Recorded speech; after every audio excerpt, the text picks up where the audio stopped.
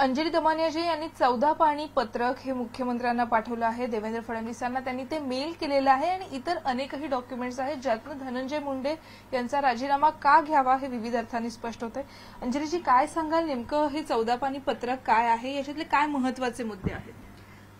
कसं आहे की मला खरंच असं वाटतंय की संतोष देशमुख यांची चौकशी नीट होत नाही। म्हणजे सुरुवात तिथून झाली आहे आणि मला असं वाटतं की एखाद्या सामान्य माणसाला न्याय हा मिळायलाच हवा।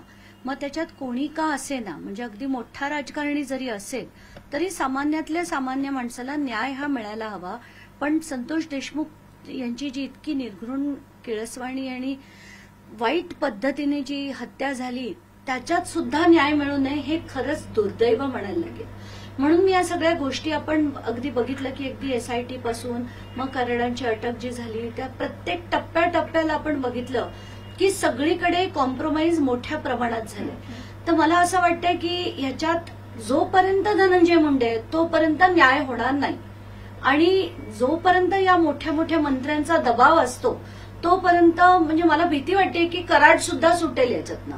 आणि म्हणूनच मी असं ठरवलंय की आपण हा लढा द्यायचा आणि अगदी शेवटपर्यंत द्यायचा।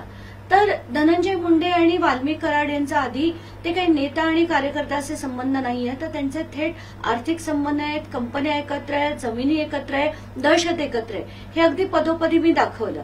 त्यानंतर आता असं कळतंय की मी जेव्हा त्या कंपन्यांना मी म्हणजे आपण ते पैसे देऊन ती कंपनीची डिटेल विकत घेऊ शकतो, तसे मी घेतल्यानंतर आता दिसतंय की यांच्या सगळ्या कंपन्या म्हणजे त्याच्यापैकी 2 प्रामुख्याने ज्या आहेत, जगमित्र शुगर्स आणि व्यंकटेश्वरा, याच्यात वाल्मिक कराड सुद्धा आहे। म्हणजे धनंजय मुंडे, राजश्री मुंडे आणि वाल्मिक कराड हे त्यातले डायरेक्टर्स पण आहेत। त्याच्यापैकी व्यंकटेश्वरा काय करताय तर एका मंत्र्याची कंपनी, मंत्र्याची आणि त्याच्या बायकोची आणि वाल्मिक कराडची, ती सरकारच्या कंपनीकडनं एक मंत्री आर्थिक नफा मिळवतोय, याला ऑफिस ऑफ प्रॉफिट म्हटलं जातं। ते हे सरळ सरळ ऑन पेपर सगळ्या डॉक्युमेंट सकट प्रत्येक डॉक्युमेंटवर धनंजय मुंडे आणि राजश्री मुंडेंची सही आहे।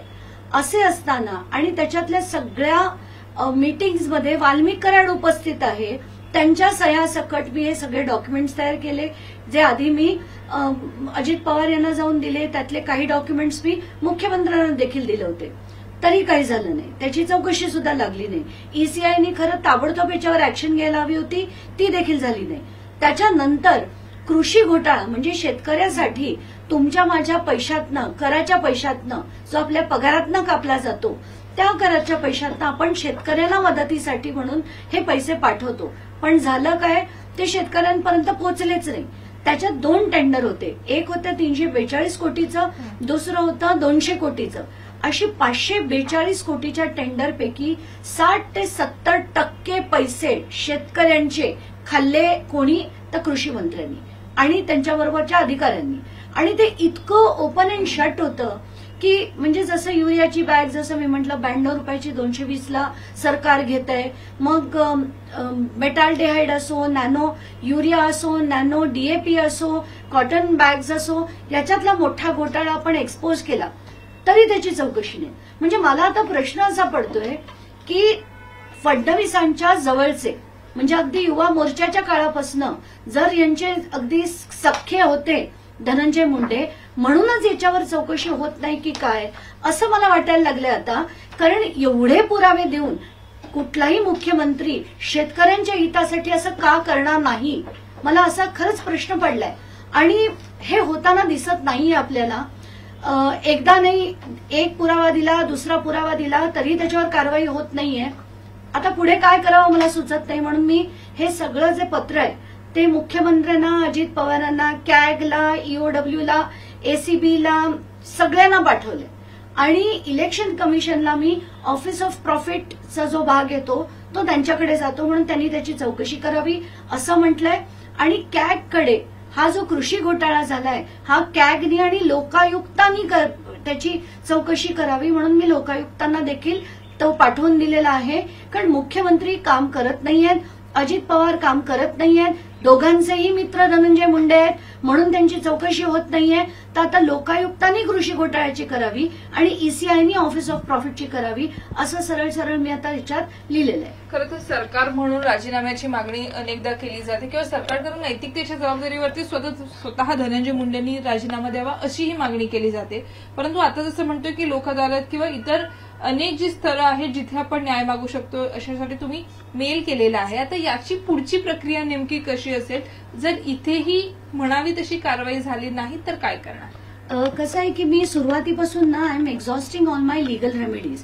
कारण कसं असं मी डायरेक्टली जर हायकोर्टात गेले तर कोर्ट मला पहिलं विचारतं की तुमच्याकडे खाली कायद्याने दिलेले जे जे गोष्टी आहेत त्या तुम्ही, ज्याला लिगल रेमेडीज म्हटलं जातं, त्या तुम्ही एक्झॉस्ट केल्या का? तर मी सगळ्या एक्झॉस्ट केल्या. एसपींना भेटले, एडीजीना भेटले, डीजीना भेटले, सीएमना भेटले, अजित पवारांना त्यांचे म्हणजे पक्षाच्या अध्यक्षांना भेटले, लोकायुक्तांना पाठवलंय, ईसीआयला पाठवलंय, कॅगला पाठवलंय. एवढं करून जर होत नसेल तर हायकोर्टाशिवाय माझ्याकडे मार्ग नाही. म्हणून मी हायकोर्टात आली आहे. हे मला त्यांना व्यवस्थित दाखवता येईल, कारण यांच्याकडनं चौकशीची अपेक्षा पण करूच शकत नाहीये.